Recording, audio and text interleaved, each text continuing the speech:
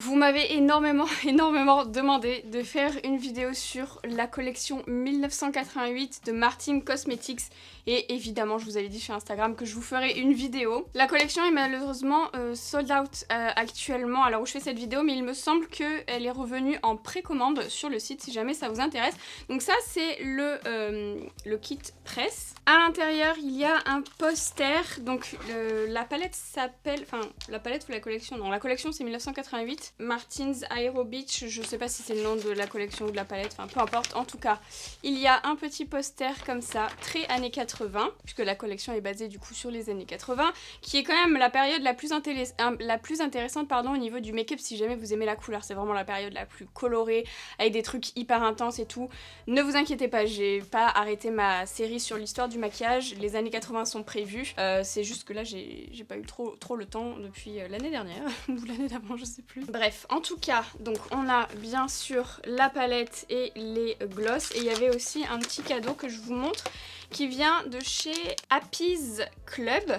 C'est un petit bijou de téléphone, vous savez, comme c'est la mode en ce moment avec écrit Marion, je trouve ça trop beau, j'aime trop, j'adore ce genre de goodies, franchement en plus c'est hyper dans le thème, hyper coloré, j'adore. Et au niveau de la palette, je trouve le packaging incroyable et globalement toute l'histoire autour de la palette, enfin le petit film promotionnel et tout qu'elle a fait, enfin je trouve ça incroyable. J'ai vraiment pas l'habitude de m'extasier sur les packaging, hein, vous savez, moi j'aime les trucs très simples qui se rangent facilement, mais en fait vous voyez c'est carré, c'est un peu épais mais pas trop, enfin au niveau de la taille franchement ça va, ça se range quand même facilement et je trouve que ça fait carrément sens, c'est exactement la taille d'une vraie cassette. Je sais pas si vous avez connu les cassettes, en tout cas moi quand j'étais petite on en avait plein exactement sous ce format là, avec les étiquettes ici où on écrivait à la main ce que c'était quand on enregistrait les trucs à la télé, même on coupait au moment des pubs, on reprenait l'enregistrement quand les pubs elles étaient finies et tout, enfin bref, toute une période que les jeunes d'aujourd'hui ne connaîtront pas. J'ai l'impression d'être une vieille peau quand je dis ça. Donc c'est une palette de 18 teintes et donc comme je vous ai dit voilà, le packaging c'est vraiment comme une cassette VHS. C'est vraiment trop bien pensé. En plus, c'est même pas lourd. Enfin, c'est assez épais, mais c'est pas lourd. Enfin, je sais pas, je trouve ça vraiment... c'est du génie. Il y a un miroir ici, coucou. Et donc les 18 teintes sont très colorées comme ça, et j'ai déjà mis mes gros doigts dedans parce que j'ai déjà fait des swatchs, que vous verrez d'ailleurs un peu plus tard dans la vidéo. Comme d'habitude, tous les fards ont des noms de filles, donc voilà. Je pense qu'il y a certaines de ses copines qui ont des noms, notamment Jill, c'est le jaune, Gaëlle c'est le rose, après les autres personnes je connais pas. Mais en tout cas, de prime abord, ce que je peux dire, c'est qu'il y a une jolie répartition entre les finis irisés et les finis mat. Les irisés, ils sont pas vraiment irisés, ils sont pailletés en fait. Les textures sont incroyables, mais comme d'habitude en fait c'est vraiment cette texture si particulière à Martin Cosmetics qui est hyper, on dirait en fait qu'on applique de la crème mais avec une texture poudre. C'est pas vraiment une texture, vous savez, gel poudre au niveau des fards parce qu'ils s'affaissent pas, mais je sais pas comment expliquer. Vraiment on a l'impression qu'on a l'intensité d'une crème mais avec la texture d'une poudre, c'est vraiment incroyable et ils sont tous hyper beaux. Il y a des fines paillettes dedans, enfin bref, je les trouve vraiment réussis. Les mats ont l'air pas mal aussi, il y a certaines teintes, j'ai remarqué juste comme ça, qu'il y avait des toutes petites nacres à l'intérieur, mais ça gêne pas du tout, en fait ça fait vraiment l'aspect d'un mat. Quand on rajoute des petites nacres dans les fards censés être mat, c'est pour mieux lier les pigments et que ce soit moins patchy à l'application et que ce soit plus facile à dégrader et ça se voit pas vraiment à l'œil nu, donc je trouve que c'est plutôt une bonne idée. J'ai remarqué que le jaune, c'était un jaune irisé, pour le coup lui il a pas vraiment des paillettes, c'est plus une texture vraiment irisée et je trouve que c'est une bonne idée parce que le jaune mat c'est hyper difficile à faire, d'avoir un bon jaune qui tourne pas, qui vire pas de couleur et au final de l'avoir fait en irisé je trouve que c'est vraiment une très bonne idée, enfin vraiment je la trouve très jolie. Ce que je peux dire déjà voilà juste comme ça c'est que je trouve qu'il manque un noir parce que quand je vois une palette de coloris comme ça j'ai envie d'intensité, donc il y a des intensités parce qu'il y a des fards qu'on peut utiliser en intensité mais il manque du noir je trouve, franchement c'est dommage. J'aurais ajouté un blanc aussi perso juste pour avoir des trucs très contrastés parce que moi années 80 ça me fait vraiment penser à du contraste, mais c'est le seul point que je pourrais dire là pour l'instant au niveau de l'harmonie que je trouve vraiment super belle, forcément c'est le genre d'harmonie qui me plaît et il y a quand même moyen de faire des choses un petit peu plus nude si vous voulez. Après si vous aimez les make-up très nude, bon, cette palette là je pense qu'elle va pas trop vous parler, mais sachez que si vous aimez tout type de make-up, vous pouvez aussi faire des trucs beaucoup plus naturels entre guillemets, avec pourquoi pas une touche de couleur par exemple. J'aime bien aussi la manière dont la palette est rangée, avec ce côté là des fards plutôt froids, même si bon il y a quelques fards qui sont un peu chauds, mais grosso modo c'est ça, et cette partie là avec des fards un peu plus chauds. Enfin je trouve que voilà, dans l'ensemble franchement j'aime beaucoup. tout pour l'instant. Ensuite, on a des petits gloss, donc ils sont rangés dans une petite boîte comme ça qui est très jolie. Vraiment, l'ambiance de cette collection me parle beaucoup, j'adore. Et là, quand j'ai vu les gloss, j'étais grave déçue des couleurs. Parce que franchement, j'aurais tellement aimé qu'elle pousse le truc à fond dans la couleur, mais en fait, c'est du nude quoi. Et ça, je trouve qu'elle l'a déjà dans ses rouges à lèvres et dans ses rouges à lèvres liquides. Alors, c'est pas du tout la même texture. C'est une texture qui est très intéressante d'ailleurs. Quand j'ai fait les swatchs, j'ai adoré. Donc, il y a 3 teintes. C'est comme un rouge à lèvres liquide, mais avec un fini glossé. Il a vraiment une intensité incroyable. Donc, je pense qu'il n'y a même pas besoin de mettre de crayon avant. Donc, la texture a l'air ouf. Mais alors, les couleurs, je suis déçue. À part, le rouge qui s'appelle Carole, qui est intéressant et qui rentre dans le thème, de nude quoi. J'aurais fait à la limite un nude, mais j'aurais aimé voir celui-ci, moi je suis ok, je le trouve très beau, mais j'aurais aimé voir un rose fuchsia, peut-être un orange aussi, enfin vraiment des couleurs intenses quoi. Bon, peut-être un nude ok, mais je sais pas, au moins moi j'aurais peut-être enlevé celui-ci, c'est la teinte Arlette, et j'aurais mis un rose fuchsia, et peut-être lui je l'aurais gardé, mais bon, après c'est pas mal non plus, hein. C'est les teintes qui se vendent le plus aussi. Voilà pour mes premières impressions sur la collection. Maintenant on va passer au test et à la fin de la vidéo, comme d'habitude je vous donnerai mon avis sur la qualité des produits.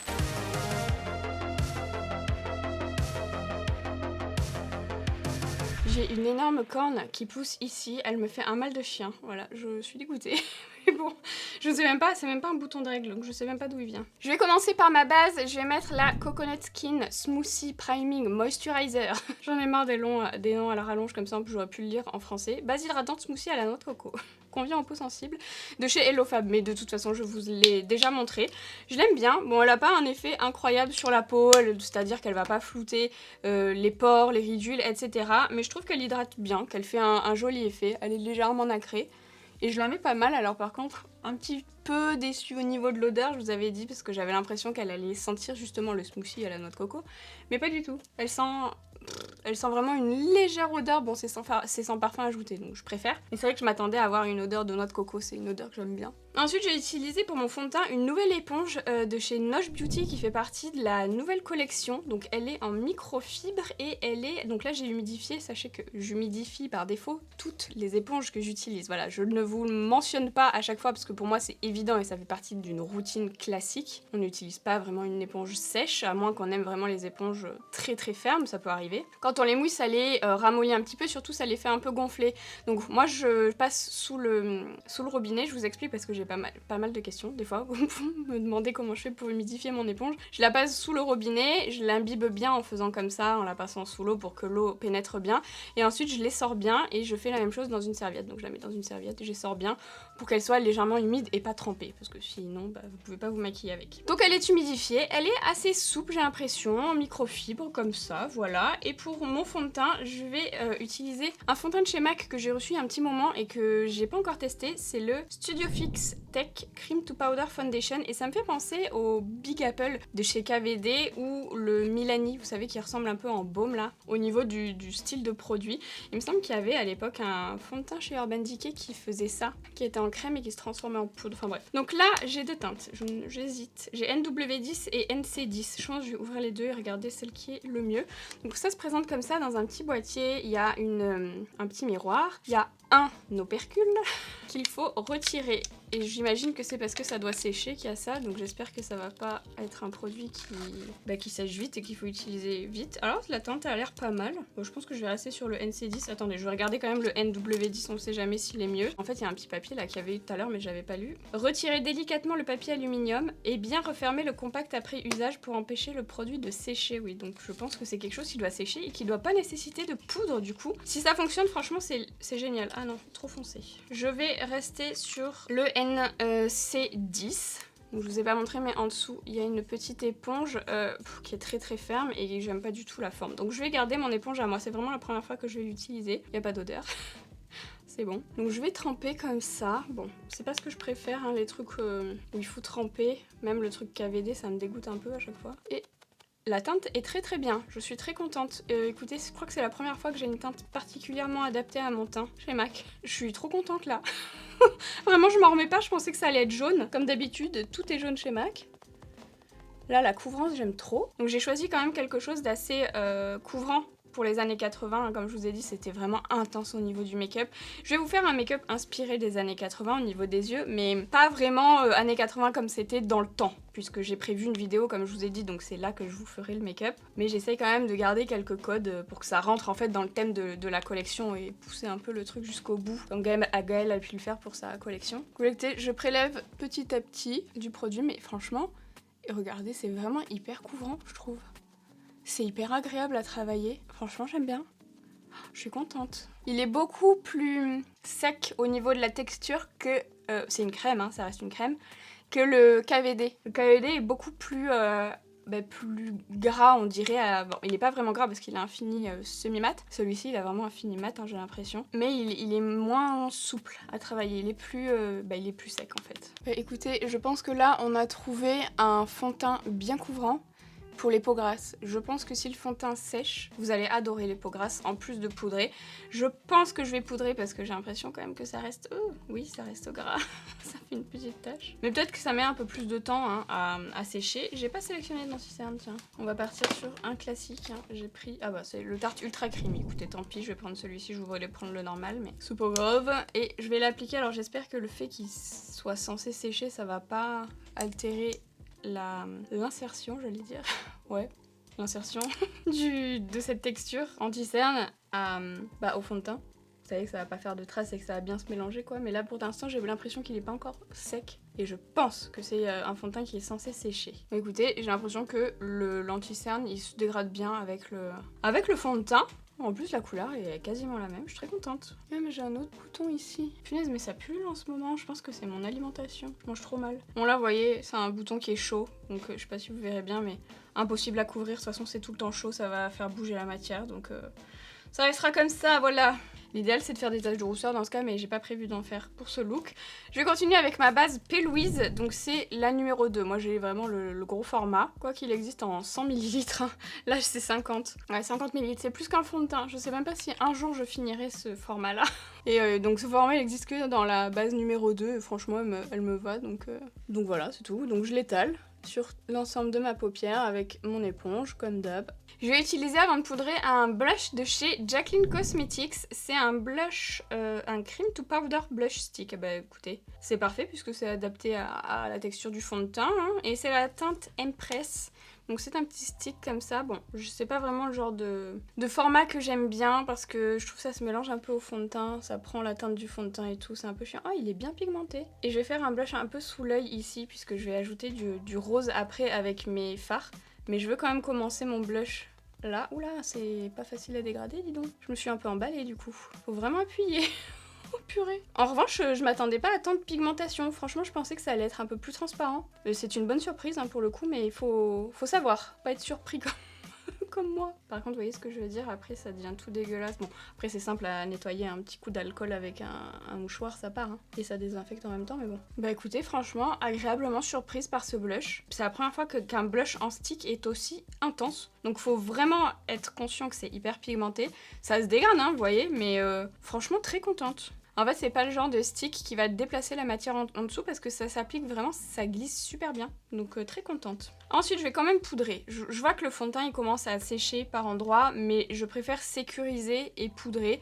J'ai vraiment pas l'habitude moi de travailler sur un teint qui n'est pas poudré. Je vais utiliser donc tout d'abord la Secret Brightening Under Eye Powder de chez Laura Mercier. Non, c'est Secret Brightening Powder for Under Eyes. Il va falloir commencer à chercher des noms un peu plus courts pour les produits. Hein. Ça me saoule. Hein. Donc c'est une poudre qui est blanche comme ceci, qui n'a pas de reflet flashback, mais qui va avoir une action vraiment illuminatrice au niveau du dessous d'œil. Donc moi perso je l'applique avec mon éponge, je commence vraiment par le dessous d'œil puisque de toute façon je vais faire que le dessous d'œil avec cette poudre là. Et surtout elle est super fine, donc elle ne marque pas cette zone qui a tendance à être plus fine que le reste du visage et qui du coup a tendance à marquer plus. Et si je retestais la houppette Otrera, vous savez la marque de Sana, j'ai fait une revue sur la marque, si jamais vous l'avez pas vue, je vous la mets ici. Je l'ai lavée une fois là, du coup elle est encore trop dure à mon goût, mais je la reteste comme ça, je la relaverai et je vous dirai si elle s'assouplit avec le temps. Je pense que oui, hein, parce que toutes les houpettes elles s'assouplissent, mais il va falloir quand même quelques lavages. Hein. C'est pas inutilisable, attention, hein. C'est juste que je suis tellement habituée à Lindalberg, qui est hyper souple et qui est vraiment d'une taille parfaite, enfin, que j'ai du mal à me faire à d'autres houpettes. Et surtout à d'autres fermetés. Je vous ai pas dit, la poudre que j'utilise, c'est la Laura Mercier. Mais la classique, c'est la poudre libre fixante transparente en teinte translucent, du coup. Je vais passer à mon bronzer et je vais prendre le Glowish de... j'allais dire le Glowish de chez Huda Beauty, mais non, la marque Glowish by Huda Beauty. C'est le Soft Radiance Bronzing Powder en teinte 1 Light. Je vous avais déjà montré avec la teinte 2 qui était un peu trop foncée, donc je prends la plus claire. Je prends un pinceau biseauté et je vais tremper dedans. J'ai vraiment l'impression que je prélève rien à chaque fois, mais en fait si. Je vais juste mettre au niveau du contour de mon visage. Je vais pas mettre au niveau des joues cette fois-ci comme je le fais d'habitude parce que j'ai mon blush à ce niveau-là et j'ai pas envie de faire quelque chose de trop structuré, enfin au niveau du contouring en tout cas. Je préfère la teinte, c'est mieux. Ensuite, je vais faire mon arête, enfin mes arêtes du nez. En fait c'est pareil là, je sais que l'arête du nez c'est ça et c'est pas ça. Les ailes du nez pour moi c'est juste ça. En fait, non, c'est peut-être les narines, ça, en fait. Moi, j'ai toujours dit, ailes du nez, on a toujours parlé de cette zone-là, en fait, c'est pour ça. Mais en fait, je pense que ça, c'est les ailes. Ça, c'est les narines. Enfin, non, les narines, c'est ça. C'est compliqué. Bref, de toute façon, vous comprenez quand je parle, c'est l'essentiel. Et je vais finir en faisant aussi mon front un petit peu. J'essaye de pas trop toucher mon petit bouton parce que là, ça va être compliqué. Si je mets du bronzer dessus, on va voir que ça. Déjà que là... on ne voit que lui. Et je vais passer aux sourcils maintenant. Je vais les structurer un peu plus que d'habitude parce que dans les années 80, on avait vraiment les sourcils très intenses et puis c'était des maquillages très étirés, très colorés, machin. Donc je vais essayer d'intensifier un peu plus mes sourcils. Je vais prendre mon brow freeze comme d'habitude. Alors il y a des personnes qui m'ont dit que leur brow freeze blanchissait. Vous voyez, il y a presque plus rien. Mais moi aussi, il blanchit et je me demande si c'est pas soit parce que le produit, il est trop vieux. Enfin, il est trop vieux. Il est un peu vieux, enfin, il est ouvert depuis longtemps. Soit c'est la chaleur. Parce que moi j'ai remarqué que ça faisait ça à partir du moment où il a fait hyper chaud. Bon, il fait un peu moins chaud maintenant, mais à partir du moment où il a fait hyper chaud, ça faisait ça. Et par contre, ça altère pas du tout la couleur du produit ni rien. Enfin, quand je repasse mon goupillé dedans, ça redevient transparent et je trouve pas que la qualité est altérée. Par contre, là, effectivement, j'ai vraiment plus rien à l'intérieur. Je vais, hop, plaquer mes sourcils. Bon, ça pour l'instant, c'est comme d'hab. J'en ai plus du tout. J'arrive plus du tout à en mettre. Du coup, il y en a qu'au bout de mon goupillon. Faut vraiment que je change.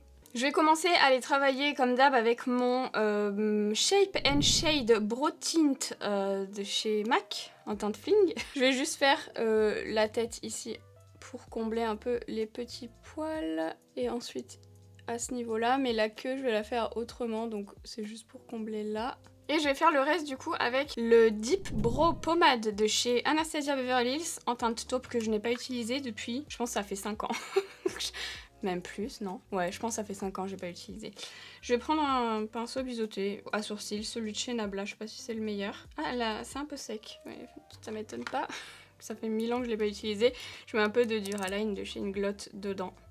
Ça me sauve à peu près tout.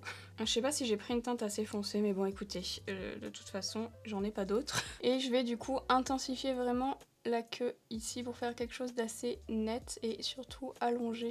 Et je remonte petit à petit pour créer en fait un dégradé et que ça s'arrête pas net quoi. Il y a une partie intense et une partie fluffy, c'est pas non plus génial.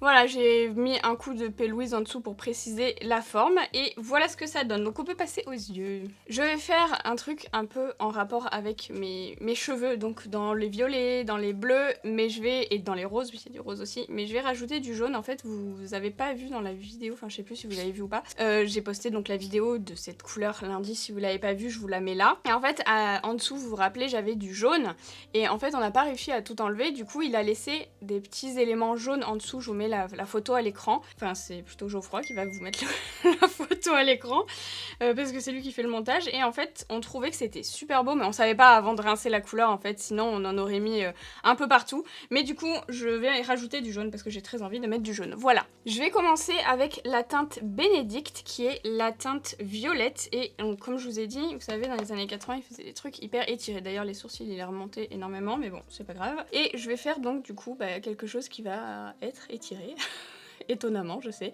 Donc je vais commencer au niveau de ma paupière, de mon pli paupière. Je vais déposer la couleur. Donc je vous rappelle que j'ai mis ma base P. Louise en dessous. Là j'utilise un pinceau de chez Autrera. C'est le Y3. Ces pinceaux sont vraiment bien. Je regrette juste qu'il n'y ait pas de kit, mais bon, elle l'a expliqué que c'est pas possible pour le moment financièrement de faire des kits, pour elle en tout cas, mais que ça viendrait peut-être. En tout cas, je peux vous dire que si vous cherchez des bons pinceaux, vraiment, ils font partie de mes préférés. Je les utilise depuis pas très longtemps parce que la marque vient de se lancer, mais franchement, je les trouve super bien. Donc, je commence ici, c'est bien pigmenté, et je vais étirer la forme ici. Hop. Donc, j'effleure sur la peau jusqu'à créer... Hop. Je vais aller jusqu'au coin interne de mon pli paupière aussi. Et je vais revenir au niveau de ma paupière mobile. Oh, j'arrive pas à parler. Donc je rejoins ici pour faire une sorte de V comme ça. En plus je suis dégoûtée parce que je voulais pas aller jusque là, mais maintenant c'est fait. Je voulais faire un truc un peu plus ouvert, mais bon. Oh là là, quand on a des automatismes c'est chiant. En plus je voulais filmer un reel. Enfin, apparemment on dit une reel. Ça aussi ça change toutes les 2 minutes. Et avant de faire les yeux, mais bon. Pareil, j'ai commencé. En fait, il y a ma soeur qui m'a appelée entre temps, elle m'a perturbée. Donc vous voyez au niveau des lignes, je suis la ligne du sourcil. Vous voyez, je me mets en parallèle ici pour que ce soit un peu harmonieux. Et là, avec ce qui reste sur mon pinceau, je vais vraiment étirer. Il faut vraiment faire des trucs hyper étirés hein, quand on fait un truc style années 80.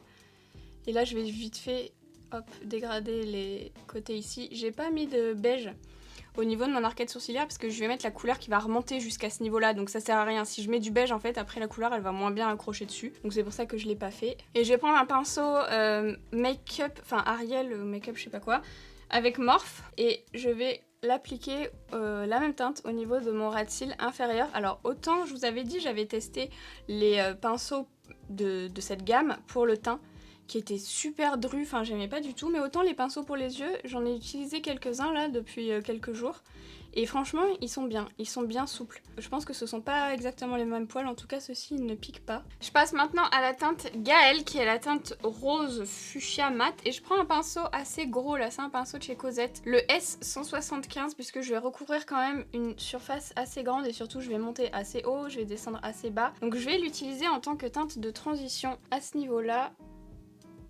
Donc je vais m'arrêter à peu près ici, je vais pas faire tout le long, parce que je vais mettre une autre couleur après. Donc je vais mettre jusqu'au sourcil, hein. Comme je vous ai dit tout à l'heure, il faut vraiment aller jusque là. Et ensuite je remonte vraiment ma couleur ici. Alors je remarque là sur les deux fards que je viens d'utiliser, donc le violet et le rose, hein, c'est pas énormément plus comme étendue de fard, il n'y a pas de chute, enfin ils sont pas du tout poudreux. Donc c'est pas des fards style Anastasia où vous allez plonger votre pinceau dedans et ça va être très poudreux, ça risque de tomber, mais c'est très pigmenté. Là c'est un peu moins pigmenté, il faut en rajouter plus. Mais est-ce que c'est vraiment gênant ? Je trouve pas, parce que ça s'adresse plus, je pense, à des personnes qui sont un peu novices, qui ont peur du pigment par exemple. Je dis pas que c'est pas pigmenté, je dis que ça nécessite quand même un peu plus de passage, de venir superposer les couches, etc. Mais c'est pas plus mal, encore une fois, quand vous êtes débutant, parce que ça évite d'avoir des taches, d'avoir des chutes, etc. Là, je reprends juste un peu le pinceau violet pour finir et peaufiner mon dégradé. Et je vais faire pareil au niveau du dessous d'œil ici. Donc je garde le même pinceau, hein. Je vais descendre la teinte de toute façon. Donc je descends bien la teinte ici, je vais m'arrêter là à peu près. Et je reprends mon pinceau violet ici pour venir repasser un peu sur le violet qui a peut-être un peu disparu. Et surtout bien l'étirer.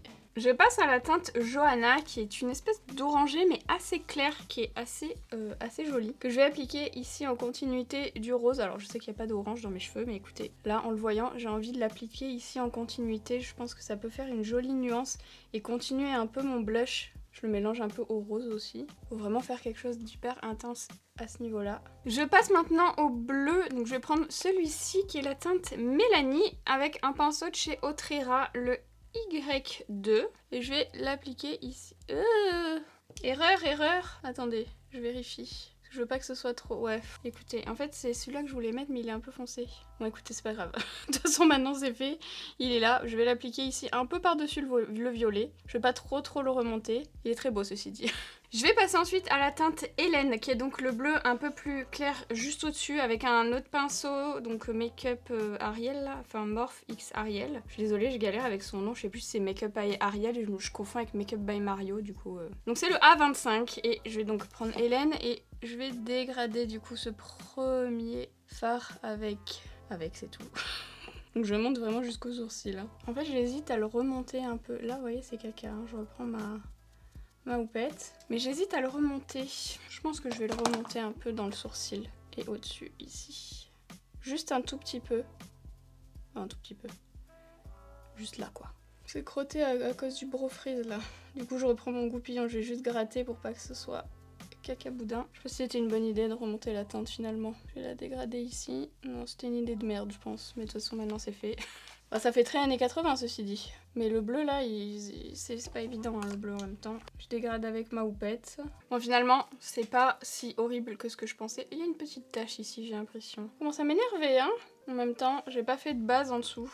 Parce que j'ai vraiment fait ce make-up en freestyle. Et c'est quand même mieux avec des bases, hein, au niveau du visage en tout cas. Bref, de toute façon, ça passera. Ce sera très très bien, voilà. Ici, j'ai envie de mettre le jaune du coup. Et j'ai envie de tester, alors je sais pas si ça va marcher, ce nouveau produit, enfin de cette nouvelle marque, la marque Last. Ce sont des ombres à paupières liquides. Donc c'est exactement la même couleur que le jaune, c'est un irisé. Par contre, c'est une texture qui est, donc comme ça, je vais pas l'appliquer avec ça directement, qui est beaucoup moins crémeuse, on va dire, que mes bases P. Louise, donc j'ai moins l'habitude. Donc je vais appliquer un peu sur ma main et je vais l'appliquer avec un pinceau cut crease de chez P. Louise au niveau de l'endroit ici où je veux appliquer le jaune. Je vais essayer de faire quelque chose de... Oh ça va. Enfin, je m'attendais pas à un truc hyper intense, de toute façon, le jaune c'est vraiment pas évident comme couleur. Dans n'importe quelle texture, le jaune franchement, c'est délicat. Donc le jaune et le violet ça se dégrade pas, hein. Enfin ça se dégrade mais ça fait une couleur moche. Alors je connais pas du tout cette marque là, je sais pas si ça sèche pas, je pense que ça sèche. J'ai pas regardé vraiment dans les détails, là je reprends juste un pinceau violet pour dégrader vite fait pour pas que ça fasse une barre là. Et je vais quand même je pense descendre un peu la couleur au niveau du coin interne ici parce que je vais en appliquer aussi en bas comme ça c'est partout pareil. Et je vais donc passer à la teinte Jill. Ah, j'avais pas vu qu'il était biseauté, ce pinceau-là. C'est le Make Up by Ariel. Je dis toujours la même connerie. A19 Morph X Ariel. Et je vais, hop, le superposer à cette base que je viens de faire. C'est vraiment la même teinte. Ce jaune est très beau, très lumineux. Et attention, avec le violet, faut pas trop dégrader. Sinon, ça va être vite... ça va faire une couleur sale, en fait. Et je vais mettre également au coin interne. Je vais reprendre un produit de chez Last, c'est exactement la même chose, sauf que c'est mat et c'est noir. Et je vais l'utiliser du coup au niveau de mon ras de cils. Attendez, avant je vais mettre un crayon. Je vais mettre un crayon noir au niveau de ma muqueuse inférieure et supérieure. Ça fait longtemps que j'ai pas mis du crayon noir en bas. Voilà, je peux repasser au produit Last. Excusez-moi, j'ai mal au cou. Et je vais l'utiliser, donc je l'ai mis sur ma main ici. Je vais prendre un petit pinceau Morph X Ariel A18. C'est un tout petit. Donc je vais l'appliquer au niveau de mon ras de cils inférieur. Juste vraiment ras des cils ici pour intensifier un peu, que ça fasse pas juste une ligne noire. Hein. Ensuite, avec un petit pinceau boule de la même collection, c'est le A7. Je vais venir dégrader ça avant que ça sèche parce que oui, en fait, ce sont des produits qui sèchent, bon c'est normal. Enfin, j'aurais été un peu déçue d'avoir des produits qui sèchent pas en réalité. Et je vais faire pareil au-dessus, donc comme une sorte de liner mais que je vais dégrader. Donc j'épaissis un peu plus sur la partie externe et hop, je vais dégrader cette ligne.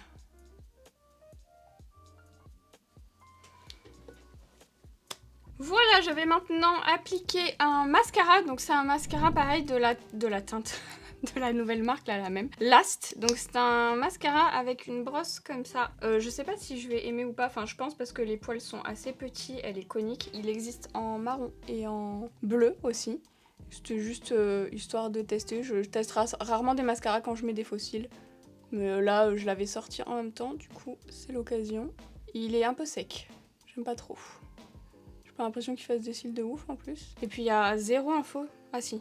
Mascara volume waterproof, c'est pour ça. Il est waterproof. Donc je vais pas en mettre beaucoup, hein. De toute façon, je vais pas travailler mes cils à mort. C'était juste pour tester. Alors moi, les mascaras waterproof, j'aime pas trop. Parce que je les trouve toujours un peu secs. C'est chiant à enlever. Enfin voilà. J'en ai pas l'utilité en réalité. Et voilà, je viens de me faire une trace en plus, ça m'énerve. Je trouve mes sourcils pas assez présents. Donc je vais... Non, c'est pas ça. C'est ça. Je vais prendre le truc noir là. Et je vais m'en servir pour intensifier mes sourcils. Je reprends le même pinceau que j'ai utilisé et je vais juste me mettre au niveau de la queue principalement. Et je vais revenir petit à petit. Vous voyez, ça va créer le dégradé en fait un peu tout seul. J'ai rajouté mes fossiles. En haut, ce sont les Noche Beauty Fake Beach. Et on va passer aux lèvres du coup, puisque les yeux sont terminés. Et je vais mettre le gloss Martine, mais où est-ce qu'il est? Je vais mettre la teinte Carole, puisque c'est celle qui fait vraiment le plus années 80 selon moi. Donc je vais l'appliquer sur mes lèvres, normalement. Allez, c'est vraiment super opaque. Et alors, j'aime beaucoup l'applicateur, je sais pas si vous verrez bien, il est incurvé et il est assez fin. Donc il permet de faire des choses hyper précises. Et vous voyez, au niveau de l'intensité, c'est quand même hyper bien. Bon, mon bouton, franchement, je trouve que ça gâche tout. Bref, très années 80 ce petit make-up. Tout en cacophonie de couleurs, on adore. Qu'est-ce que je pense de la palette? Je vais commencer par la palette. Alors, écoutez, au niveau de l'harmonie, vraiment, j'aime beaucoup. Au niveau de la qualité aussi. Bon, j'ai pas utilisé les fards dont je vous parlais au début de la vidéo. Vous savez, ceux qui sont pailletés, très crémeux et tout, donc je pense que cette vidéo elle mérite quand même une vidéo, une palette 3 looks, donc je la ferai en une palette 3 looks pour vraiment tester tous les fards. Là j'ai vraiment voulu faire quelque chose très années 80 pour coller encore une fois dans le thème. C'est pas les mat colorés ou les mat tout court les plus pigmentés que j'ai dans ma collection, mais ça fonctionne très bien hein, comme vous le voyez, il faut juste rajouter de la matière petit à petit. Il n'y a pas de chute, ce sont pas vraiment les fards très poudreux comme on a l'habitude d'avoir avec Anastasia par exemple ou avec Morphe, mais ça fonctionne très bien. Si jamais vous avez peur de la couleur, que vous avez peur de pas arriver à travailler ces fards là, vous pouvez acheter cette palette parce que du coup la texture des fards vous permet de les travailler beaucoup plus facilement sans risque de taches comme je vous ai dit, sans risque de chute,